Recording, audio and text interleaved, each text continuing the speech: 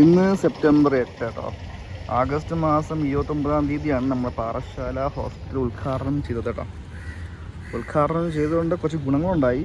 അവിടെ വരുന്ന രോഗികൾക്ക് അവിടെ ഇരിക്കാനുള്ള സൗകര്യമുണ്ട് വെളിയിലൊക്കെ. പക്ഷേ ഉദ്ഘാടനം ചെയ്ത് അന്ന് തൊട്ട് ഇത് പൂട്ടിടിക്കും കേട്ടോ.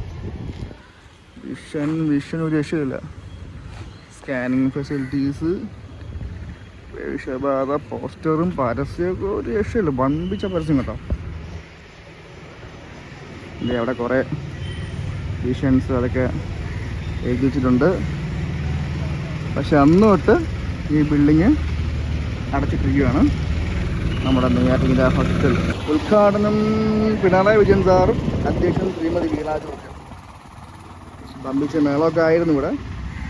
പക്ഷെ എന്താ നമുക്ക് ഇതിൻ്റെ അവസ്ഥ ഉണ്ടോ? ഇപ്പോഴും അതിനകത്ത് കയറാനുള്ള ഉദ്ഘാടനം ആയിട്ടില്ല. വെളിയിൽ ഇരിക്കാനുള്ള ഉദ്ഘാടനം ആയിട്ടുള്ളത്. വെളിയിൽ ഇരിക്കാൻ സൗകര്യമുണ്ട്, ഫെസിലിറ്റീസൊന്നും ആയിട്ടില്ല കേട്ടോ. എപ്പോഴും രോഗികൾ പഴയ ആ ഒരു ആശുപത്രി, അതായത് പഴയ എവിടെയാണ് ബിൽഡിംഗ് ഉള്ളത് അവിടെയാണ് ഇപ്പോഴും രോഗികൾ കാണിക്കുന്നത് കേട്ടോ. ഞാൻ കാണിച്ചോ കണ്ടോ. ഇപ്പോഴും നമുക്ക് പഴയ ബിൽഡിങ്ങാണ്.